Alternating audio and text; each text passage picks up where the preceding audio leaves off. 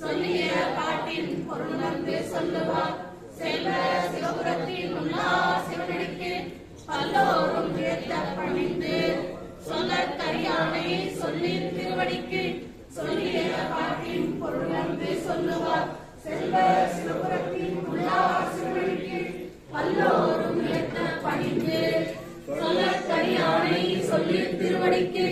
சொல்லிய பாட்டின் பொருளுணர்ந்து சொல்லுவார் செல்வ சிவபுரத்தின் உள்ளா சிவனடிக்கு பல்லோரும் ஏத்த பணிந்து